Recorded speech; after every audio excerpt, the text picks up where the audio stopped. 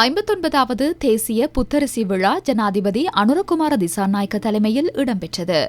அனுராதபுரம் ஜெயஸ்ரீ மகாபோதிக்கு அருகில் புத்தரிசி பெருவிழா அட்டமாஸ்தானாதிபதி பல்லேகம ஹேமரத்ன தேரரின் அனுசாசனங்களுக்கமைய இடம்பெற்றது. ஜனாதிபதி முதலில் ஜெயஸ்ரீ மகாபோதியில் வழிபாடுகளில் ஈடுபட்டார். அறுவடையினூடாக பெற்றுக் கொள்ளப்பட்ட நெல்லின் முதல் தொகுதியை புத்த பெருமானுக்காக பூஜை செய்யும் செயல்பாடு புத்தரிசி பெருவிழாவில் இடம்பெறுகிறது. குறித்த பாரம்பரிய நடைமுறை நாட்டில் நீண்ட காலமாகவே பின்பற்றப்பட்டு வருகின்றது.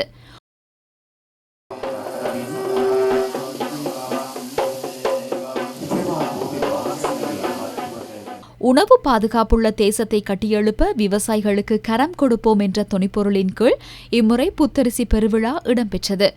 நாடு முழுவதும் பரந்துபட்டுள்ள விவசாய சமூகத்தினரை பிரதிநிதித்துவப்படுத்தி விவசாயிகள் இதன்போது இணைந்திருந்தனர். விவசாயத்துறையில் தன்னிறைவை ஏற்படுத்தி வளமான நாட்டை உருவாக்குவதற்கான பிரார்த்தனைகளும் இடம்பெற்றன. புண்ணியவந்த ரட்டப் பவத பத்வேவாயை அபி பிரார்த்தனா கரமு. புதிய தேன் ஜெயஸ்ரீ மகாபோதிக்கு கொண்டு வரப்பட்டு பூஜை வழிபாடுகளை மேற்கொள்வதற்கு ஆதிவாசிகள் தலைவர் ஊருவருகே வன்னியலத்தோவினால் ஜனாதிபதியிடம் வழங்கி வைக்கப்பட்டது. மகாபோதிக்கு பூஜிக்க கொண்டு வரப்பட்ட நெய் சப்ரகமுவ வரலாற்று சிறப்புமிக்க சமன் தேவாலயத்துக்கு கொண்டு வரப்பட்டு குறித்த பாத்திரம் ஜனாதிபதியிடம் கையளிக்கப்பட்டது. 59வது தேசிய புத்தரிசி விழா கொண்டாட்ட வலயத்திற்கு ஜனாதிபதி வரவேற்கப்பட்டார். நாட்டுக்கு அரிசியை வழங்க அர்ப்பணிக்கும் விவசாயிகள் இதன்போது பாராட்டப்பட்டனர்.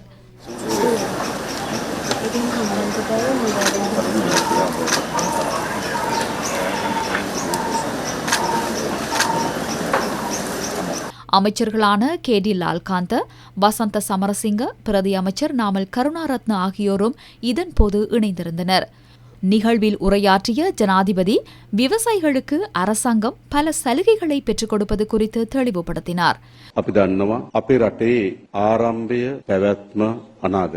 எங்களுக்கு தெரியும், எமது நாட்டின் ஆரம்பம், நிகழ்காலம், எதிர்காலம் என்பன விவசாயத்திலேயே தங்கியுள்ளது. எமது தொழில்நுட்பம் விவசாயத்தை அடிப்படையாக கொண்டே மேம்பட்டது. எமது பொருளாதாரம் வலுப்பட்டதும் விவசாயத்தை அடிப்படையாக கொண்டே. விவசாயத்துறையின் வெற்றிதான் விவசாயிகளின் வாழ்க்கை நிலையை மேம்படுத்துவதா இல்லையா என்பது குறித்து தீர்மானிக்கும். விவசாயம் வெற்றியடைந்தால் வறுமையின் பிடியிலிருந்த கிராமப்புற விவசாயிகளை விடுவிக்க முடியும். விசேடமாக அரசாங்கம் என்ற அடிப்படையில் எமது திட்டங்கள், கொள்கைகள் ஏற்படுத்துவது கிராமப்புற மக்களின் வறுமை நிலையை இல்லாதொழிப்பதற்காகவே. அதற்காக மிகவும் வலுவான தொலைநோக்குடன் கூடிய கொள்கைகள் தேவை.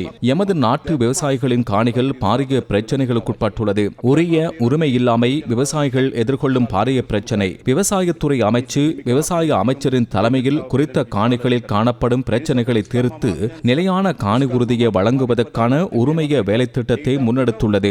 இரண்டாவது, விவசாயத்துக்கான முக்கிய விடயம்தான் நீர். உலகிற்கு நிலையான அபிவிருத்தி குறித்து உதாரணம் தேவையென்றால் அது எமது வாவிகள். ஆனால் என்ன நடந்துள்ளது? தற்போது எமது மனித சமூகத்தினால் நிலையான அபிவிருத்தியின் பெருமதிமிக்க எமது சிறிய மற்றும் மத்திய வாவி கட்டமைப்பு அளிக்கப்பட்டுள்ளது. ஆனால் மிகவும் நிலையான தீர்வை பெற்றுள்ளோம். சிறிய மற்றும் மத்தியதர வாவி கட்டமைப்பை மறுசீரமைக்க வேண்டும். காணப்பட்ட வாவி கட்டமைப்பை பாதுகாப்பது பொறுப்பும் கடமையுமாகும். விவசாயத்துறை அமைச்சு அதற்காக மேற்கொள்ளும் சகல நடவடிக்கைகளுக்கும் ஜனாதிபதி என்ற அடிப்படையில் நானும் பாதுகாப்பை வழங்குவேன். அதனை எதிர்கால சந்ததியினருக்கு பாதுகாப்பாக வழங்குவேன். விசேடமாக வடமத்திய மாகாணத்தின் வறண்ட வலயம், மத்திய மலைநாட்டில் மலைவீழ்ச்சி ஏற்படும் போது அதனை எவ்வாறு வடமத்திய மாகாணத்துக்கு கொண்டு வருவது? அதற்காக விசேட வேலைத்திட்டம் ஒன்று முன்னெடுக்கப்பட்டுள்ளது. அதில் ஒரு சில பிரச்சனைகள் காணப்படுகின்றன. எனினும் அந்த வேலைத்திட்டத்தை நிறைவுக்கு கொண்டு வர வேண்டும். எமது முதலாவது பதவிக்காலத்தில் அந்த வேலைத்திட்டத்தை வடமத்திய மாகாணத்துக்கு நீர் வழங்கும் வகையில் கொண்டு வர எதிர்பார்க்கின்றோம். மல்வத்து ஓய வேலைத்திட்டத்தை மீள ஆரம்பிக்க இவ்வருடத்தில் நிதி ஒதுக்கீடுகளை மேற்கொண்டுள்ளோம். விவசாயத்துக்கு தேவையானவற்றை நாம் நியாயமான விலையில் பெற்றுக் கொடுக்க வேண்டும். உலக சந்தையில் யூரியாவின் விலை எந்த அளவு அதிகரித்தாலும் இந்த சிறு போகத்துக்காக நாம் 10,200 ரூபாவுக்கு யூரியா உரத்தை வழங்க தீர்மானித்துள்ளோம். புதிய கப்பலில் கொண்டுவரப்பட்ட விலையை கணக்கிட்டால் 15,000 வரை காணப்படுகின்றது. எனினும் அரசாங்கம் அதனை பொறுப்பேற்று விவசாயிகளுக்கு நிவாரணத்தை வழங்குகின்றது. உர நிவாரணத்தை 25,000 30,000 ரூபாய் வரை அதிகரிக்கவும், மரக்கறி செய்கைக்காக வழங்கப்படும் 15,000 ரூபாய் நிவாரணத்தை 18,000 ரூபாய் வரை அதிகரிக்கவும் கடந்த 7ஆம் தேதி தீர்மானித்தோம். ඔවුන්ගේ ජීවිතය සුරක්ෂිත කිරීමේ වගකීමත් අපේ දෑතට අරගෙන අපි සියල්ල එකතු වෙලා ඒ කාර්යය සාර්ථක කරගන්න